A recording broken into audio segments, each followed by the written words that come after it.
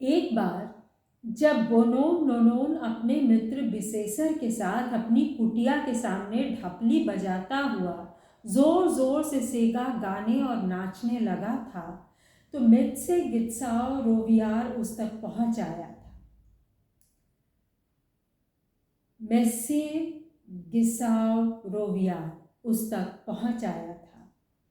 उस शाम पहले ही से जीवे की बोतल खाली किए बैठे नोनोन ने जगेसर से चिलम लेकर गांजे के 2 लंबे कश भी ले लिए थे। उस ऊंचे स्वर के गाने के कारण मेस्से रोवियार ने नोनोन को डांटते हुए कहा था कि वह जंगलियों की तरह शोर मत करे।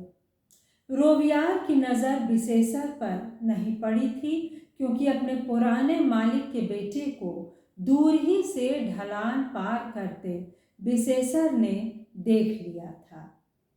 बिसेसर का घर नदी के उस पार था, जो इस इलाके में नहीं आता था। इस इलाके में बिसेसर का आना मना था, पर अपने मित्र नोनोन से मिलने वह कभी कभार आ ही जाता था।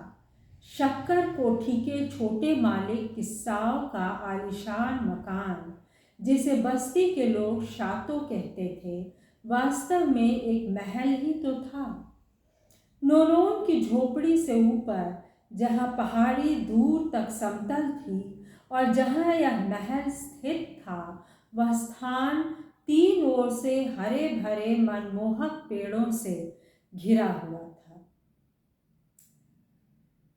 उस ऊंचाई पर आज सेगा के उस दिन के शोर भी अधिक ऊंचे शोर के साथ वाला संगीत शातों से गूंजता हुआ बोनोन नोनोन की कुटिया तक पहुंच रहा था।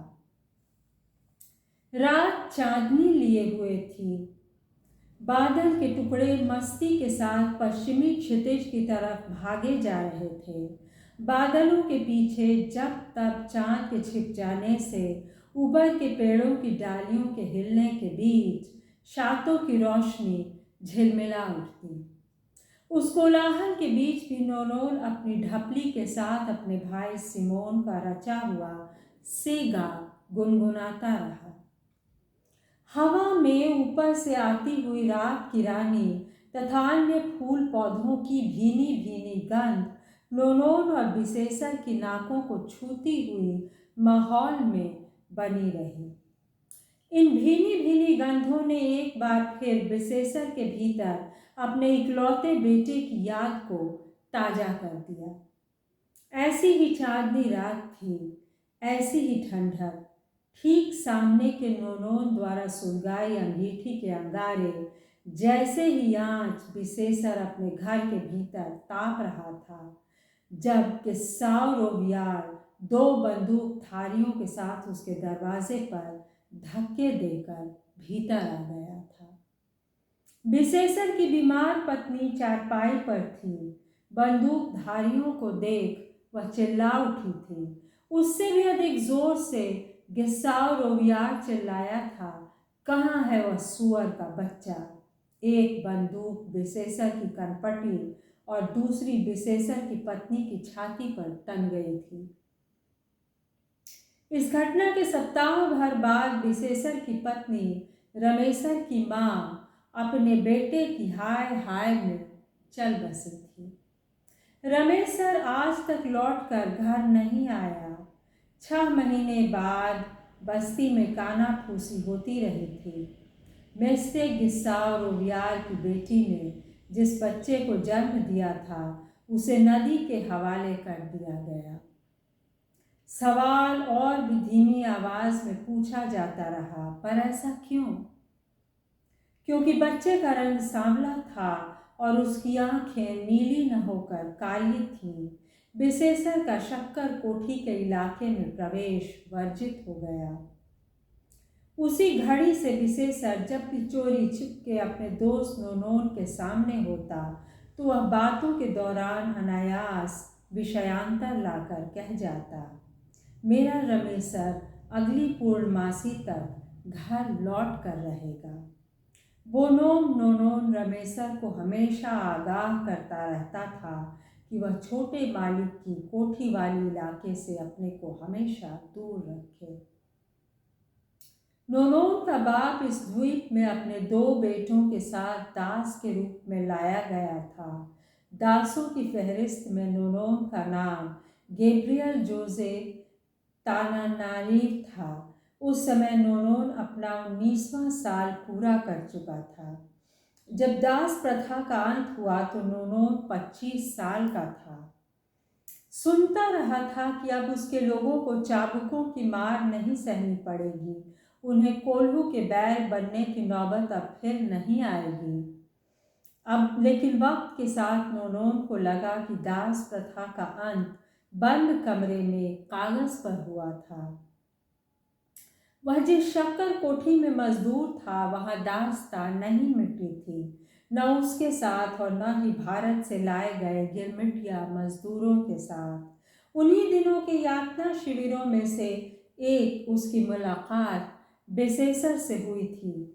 दोनों एक दिन अपने गोरे मालिक के हाथ से कोड़ा छीनकर उसके सामने तनकर खड़े हो गए थे। सभी मजदूर सहमे हुए दूर खड़े रह गए थे और देखते ही देखते गोरे मालिक के 4 सरदार दोनों पर बंदूकें लिए झपट पड़े थे। नोनोन ने झट अपने से 6 साल छोटे बिसेसर का हाथ थामा था और पहाड़ की ओर जाने वाली चक्करदार पगडंडी पर दोनों दौड़ गए थे। पूरी शाम, पूरे दिन और आधी रात भागते रहने के बाद नोनोन और बिसेसर ने नोनोन के बड़े भाई सियोन की बस्ती में पहुंचकर पनाह पाई थी। अपने भाई की मृत्यु के बाद आज उसी बस्ती में नोनोन 80 की अवस्था को पार कर रहा था। बस्ती के किसी घर के लिए कुएं से पानी लाकर 4 पैसे कमा लेता था तो किसी घर के लिए लकड़ियां लाकर चवन्नी का हकदार हो जाता था। पहली बार जब बिसेसर ने शातों से आ रहे उस जोरों के संगीत पर आश्चर्य प्रकट करते हुए पूछा था कि ये इतने जोर से गाने बजाने वाले कौन हो सकते हैं, तो नोनोन ने बताया था, यार यह मशीन की आवाज़ है, गाने बजाने वाली मशीन।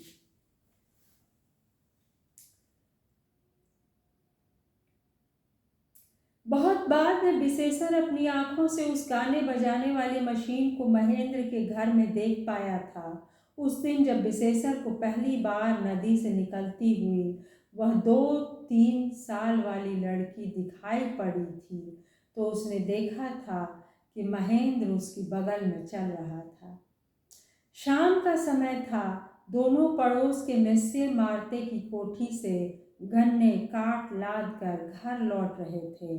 बेसेसर ने किनारे खड़े होकर अपने साथी से पूछा था, महेंद्र, यह छोटी बच्ची इस सुनसान डगर पर। बेसेसर के साथी ने सामने देखा था और किसी भी बच्ची को न देखकर पूछ बैठा था, कहाँ? वह पेड़ों की आड़ में जा छिपी। 1 सप्ताह बाद फिर उसी ठौर पर ठिठक कर बिसेसर ने दोबारा उस बच्ची को देखा और महेंद्र को साथ लिए नदी किनारे के पेड़ों के बीच पहुंचकर वह बच्ची को ढूंढता रहा था। ऐसा और भी कई बार हुआ और हर बार महेंद्र ने लगभग एक बात कही, तुम गांजे का दम लेना बंद करो। और हर बार बिसेसर भी एक ही जैसा जवाब देता रहा था, मेरी बात मानो, मैंने उस बच्ची को नदी से निकलकर चलते देखा है। बार बार मेरी आंखों को धोखा हो सकता है क्या? बार बार महेंद्र कहता रहा कि दिन भर की भारी थकान के बाद दिमाग का कुछ इस तरह डगमगा जाना संभव हो सकता है। जब अपने मित्र नोनोन को पहली बार बिसेसर ने यह बात बताई थी तो वह यही कह गया था कि कभी कभार थकान से ऐसा हो जाया करता है। लेकिन जब आज 5वीं या 6ठी बार के लिए बिसेसर ने कहा कि आज तो वह बच्ची उसके एकदम पास तक आकर फिर से नदी की ओर दौड़ गई थी तो नोनोन एकदम गंभीर हो गया। उसे अपने भाई सियोन की याद आ गई। एक बार जब वह अपनी नंगी पीठ पर चाबुक के बेशुमार निशान लिए घर लौटा था तो कुटिया के बाहर चहलकदमी करता हुआ स्वयं से ही बड़बड़ाने लगा था। नोनोन को अच्छी तरह याद है। वह परी कहाँ चली गई? कितनी खूबसूरत थी, कितनी मीठी थी उसकी आवाज़। नोनोन ने टोका था। क्या बके जा रहे हो? अरे नोनोन, वह सीधे आसमान से उतरकर मेरे आगे आई थी। चलो भीतर चलकर आराम करो। आओ देखो मेरी पीठ पर उसकी कोमल उंगलियों के निशान। उस अंगुलियों के स्पर्श को मैं अभी भी अपनी पीठ पर अनुभव कर रहा हूँ। क्या बके जा रहे हो भाई? वह देखो आसमान से वह परी उतरने लगी। वह रह बनी रहती। रात भर सियोन उस परी की बात करता रहा था। बीच बीच में दर्द से कराहता भी रहा था। सुबह नोनोन ने उसे गर्म चाय देने के बाद पूछा था, यह मार क्यों पड़ी तुम्हें?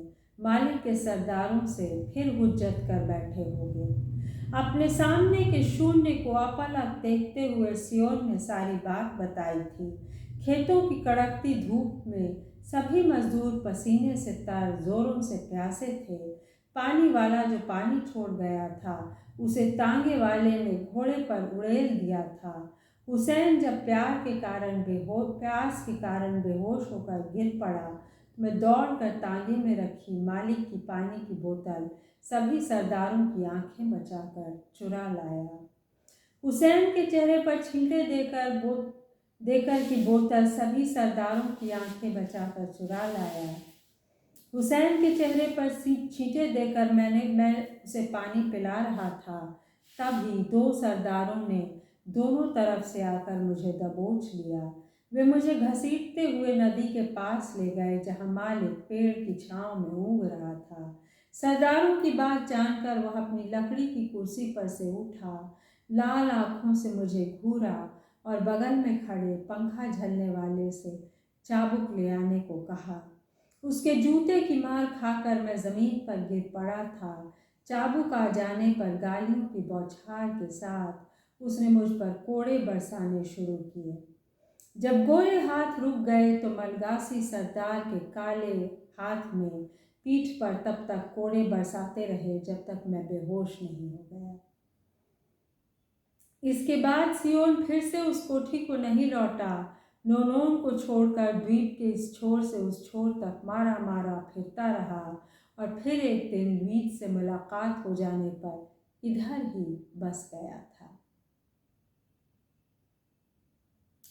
लेकिन जब नोनोन अपनी बस्ती से भागकर इधर पहुंचा था तो लुईज नोनोन को यह कहकर रोला के साथ चली गई थी कि दिन रात ढपली बजाकर घर नहीं बसाया जा सकता। दोनों भाइयों में पढ़ा लिखा कोई नहीं था, पर सियोन नोनोन से कहीं अधिक सुलझा हुआ था। भारतीय मजदूरों की ही तरह इतिहास ने उसके भाई को भी तोड़ देना चाहा था। सियोन ने अपने को टूटने नहीं दिया। नोनोन अभी उसी दिन विशेषर से उस काली माई के चबूतरे वाली घटना पर बात कर रहा था।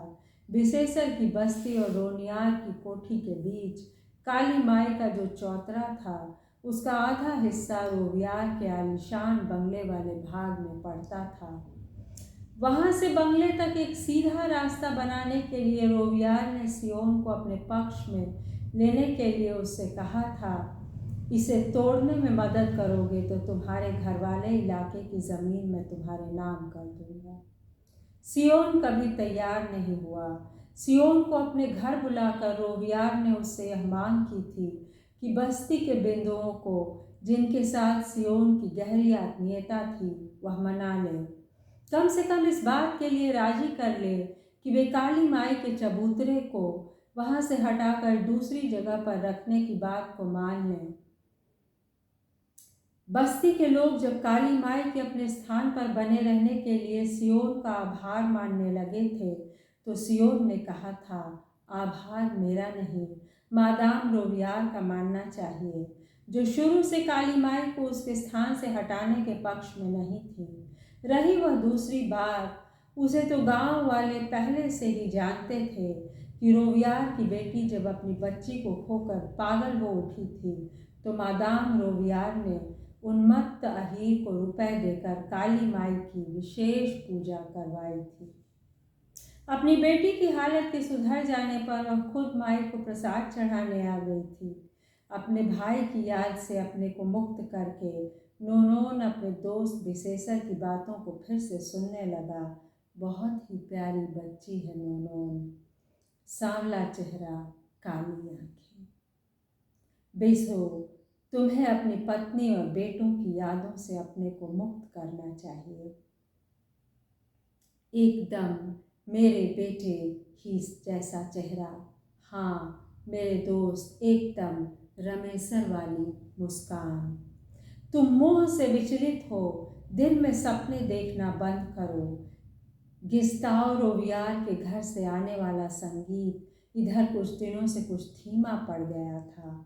राहत महसूस करते हुए नूनोन ने विशेषर का ध्यान बटाने हेतु कहा, लगता है रोवियार के दोनों मनचले लड़कों को अब इस बात का संतोष हो गया कि अब पूरी बस्ती के लोगों पर उनकी गाने वाली मशीन की धाक जम गई। सियोन की मृत्यु के बाद इन दोनों लड़कों ने कई बार रोवियार के साथ सियोन की कुटिया तक आकर उस जगह छोड़ जाने के लिए कहा था, उस जगह को छोड़ जाने के लिए कहा था। गांव वालों ने पहले ही नूनोन को बता दिया था कि अब वह सरकारी ज़मीन थी और केवल सरकार ही उसे वहां से हटा सकती है। विशेषर तो यहाँ तक कह गया था कि इतने वर्षों बाद अब तो सरकार भी उसे वहां से टस से मस नहीं कर सकती। नूनोन के यहाँ से लौटते समय अंधेरा छाने लगा था। पेड़ों के बीच की धूमिल पगडंडी से विशेषर नदी की बगल से गुजरा, जहाँ धुंधलापन और भी गहन था। लगता था कि अचानक चारों ओर एकदम अंधेरा छा जाएगा। नदी की कलकल की ध्वनि माहौल को अधिक बेगानेपन से बचाए हुए थी। गुआवार के पेड़ किससे सूखी फलियों के बीच की झरपराहट रह रहकर सिहरन पैदा कर जाने वाली होती थी। विशेषर का बेटा जब पहली बार अपने बाप के साथ इस रास्ते से रात के वक्त गुजरा था तो सूखी फलियों की उस डरावनी झंझनाहट से डर गया था। वह उन पेड़ों को भूतिया पेड़ मान बैठा था, लेकिन उस शाम जब सोफिया उसकी बगल में थी तो पहली बार वह आवाज़ उसे एक मधुर संगीत सी प्रतीत हुई थी। बेटे की याद आते ही उसे लगा कि रमेसर उसकी बगल में चल रहा था। उसके कपड़ों से आने वाली लावान की वह सुगंध आज भी जंगली फूलों की गंध पर मानो हावी हो गई। विशेषर ने जब पहली बार अपने बेटे के हाथ में वह शीशी देखी थी और उसके कपड़ों से उसकी खुशबू पाई थी तो हैरान होकर पूछा था, रामू, यह इत्र तुम्हें कैसे मिला? मैं नहीं बता पाऊंगा बाबा, यह तो बहुत महंगी बिकने वाली खुशबू है। कहाँ से मिली तुम्हें? रमेसर फिर भी चुप ही रहा था और विशेषर को बोलना ही पड़ा था, यह इत्र तो सिर्फ गोरे लोगों के पास होता है। कहीं तुमने शातों से चुराया तो नहीं? नहीं बाबा, तो तुम्हें मिला कहाँ से? उस दिन तो रमेसर ने उसके आगे अपने पिता को कुछ नहीं बताया था। लगभग महीने भर बाद खेत में कटे हुए गन्ने के बोझ को कंधे पर उठाकर रेल के डिब्बे पर लादते विशेषर ने अपने बेटे के गले से कोई चीज गिरते देख लिया था। उस चीज को अपने गले से गिरने का पता रमेसर को नहीं चला था। गन्ने की सूखी पत्तियों को हटाकर विशेषर ने वह चमकीली चीज उठाई थी। उस पर नजर पड़ते ही उसका हाथ कांप उठा था। अपने बेटे को बिना कुछ बताए उसने उस चीज को अपनी फतुही के छोर में चुपके से बांध लिया था। रात में अपने बेटे के साथ बैठका में होने वाले साप्ताहिक रामायण के सत्संग में न जाकर वह घर पर ही रह गया था। उससे भरपेट खाना नहीं खाया गया था। जशोदा को पूछना ही पड़ा था, आपकी पसंद का साग बनाया है मैंने, फिर भी आपने आधा ही पराठा खाया। बैठो जशोदा, तुम्हें एक बात बतानी है। और वह वस्तु जो विशेषण ने मिट्टी के तेल वाले चिराग की धुंधली रोशनी में अपनी पत्नी के सामने रखी, तो उससे वह चीज चिराग की रोशनी से भी अधिक चमक उठी। उसकी उस चमक से जशोदा की आंखें अपने में हैरानी लिए चमक गईं। अपने पति के हाथ से उसे लेकर उसने उसे हाथ पर झूल जाने दिया। हैरत भरी आवाज में बोली थी, सोने का हार, पर यह सलीब है, हमारे बेटे के गले से गिरा था। रमेशर के गले में सोने का हार और वह भी सलीब के साथ, पर मैंने तो इसे उसके गले में कभी नहीं देखा। कैसे देख पाती? इधर कुछ दिनों से तो वह कमीज की बटन गले तक लगाए रहता था। क्या अंजनी के बेटे की तरह गिरजा घर के पादरी ने हमारे रामू को भी कहीं नहीं आसो, नहीं जासो, हमारे बेटे से उसका कोई धर्म नहीं छोड़वा सकता, तो फिर उसका अपने गले में सलीब लटकाए रहने का क्या मतलब हुआ? यही तो समझ में न आने वाली बात है। पिछले दिनों की बरसात के कारण नदी में पानी के साथ साथ लहरों की गति भी बढ़ाई थी।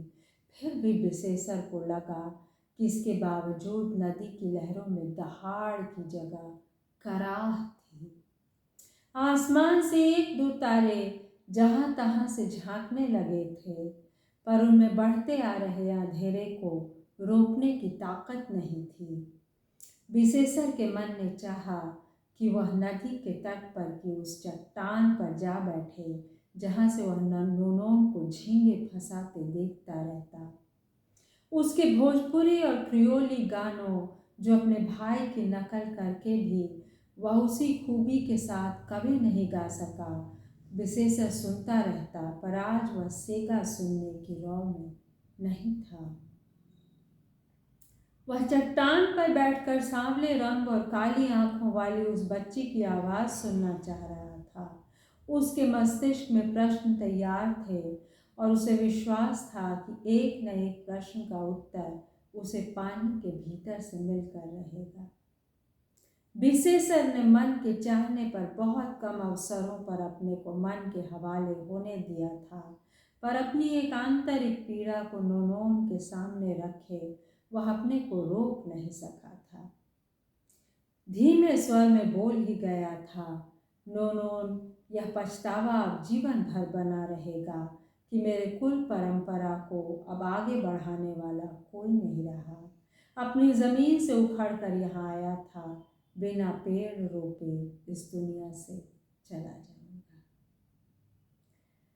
मैंने अभिमन्यु अनंत जी की यह कहानी पहली बार पढ़ी और कहें कि अभिमन्यु अनंत जी की ही कोई कहानी मैंने पहली बार पढ़ी। मैंने प्रवासी साहित्य पर लिखा है और यह कहानी इतनी अलग है आज लिखे जा रहे प्रवासी साहित्य के दूसरे स्पेसिमेंस से, प्रवासी साहित्य की दूसरी कहानियों से कि वाकई गौरतलब है। अभिमन्यु अनंत जी को हम हमेशा याद करते हैं और इसमें गिरमिटिया व दर्द देखा जा सकता है जो शुरुआती समय में उन्होंने देखा होगा। आज यह डिस्क्रिमिनेशन बहुत सोफिस्टिकेटेड है। आज ये blue collar white collar discrimination बहुत सोफिस्टिकेटेड है। हमारे सामने सवाल है कि क्या प्रवासी साहित्य उसको पकड़ पा रहा है। तो बहुत ही खूबसूरत कहानी, कहान का लहजा भी उतना ही सुंदर है जितनी की भाषा, और क्या ही रोचकता से कही गई। तो दोस्तों, मेरा पाठ सुनने के लिए धन्यवाद। मैं खुद कुछ एक प्रवासी कहानियाँ लिख चुकी हूँ। एक मेरी भी प्रेम कथा है, यही जिसे मैं कहती हूँ पूरब और पश्चिम, लेकिन दरअसल वह प्रेम कथा जब कही जाएगी बृहत्तर अर्थ में तो वह यही है, ताकत और किसी कमज़ोर व्यक्ति के बीच की प्रेम कथा। उस कहानी का नाम है समानांतर रेखाओं का आकर्षण। दोस्तों, ये बहुत गंभीर मुद्दे हैं प्रवासी साहित्य पर। जब कभी बात होगी तो मुझे आशा है कि इन तमाम मुद्दों पर बात हो।